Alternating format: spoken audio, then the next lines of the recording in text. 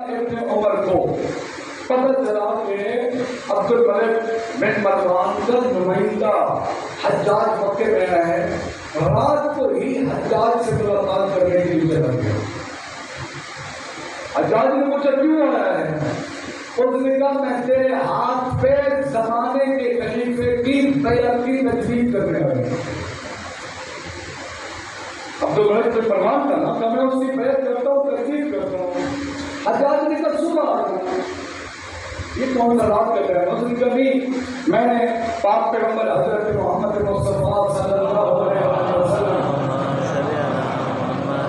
کہتے میں نے حضرت سنی ہے میری بات کو، کہتے میں نے پیغمبر سے حدیث سنی، پیغمبر نے فرمایا تھا من مات ولا امام لہ مات فیتۃ جاہلیۃ، اگر کوئی بندہ ایک رات بھی بغیر کسی امام کی بیعت کے مر جائے وہ جاہلیت کی موت مرتا ہے۔ وہ کہتا ہے پتہ نہیں بولا ہوں شاید رات زندہ رہ پاؤں نہ رہ پاؤں، میں چاہتا ہوں میری ایک رات بھی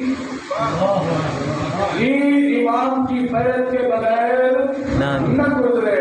اب ذرا دیکھنا میرے دوستو، کہتے یہ کہا نا اخرج رجلہ من الفراش، حجاج لگتا ہے سردیوں کا موسم تھا، بستر پر لیٹا ہوا تھا، جب کہا کہ میں بیعت کرنے آیا ہوں، کرنی بھی اسی رات ہے، اخرج رجلہ من الفراش، اس نے بستر سے اپنا پاؤں نکالا۔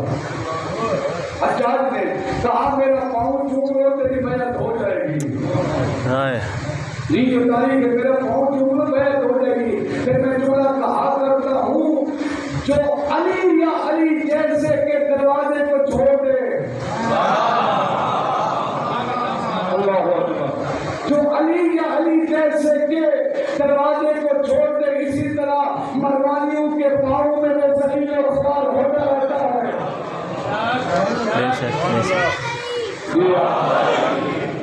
یہ کیسا ذلیل و خوار ہوا؟ کہا میرے پاؤں کو چھوڑ دو تمہاری بیعت ہو جائے گی۔ اچھا آپ اس کا اگلا بنا دیکھیے۔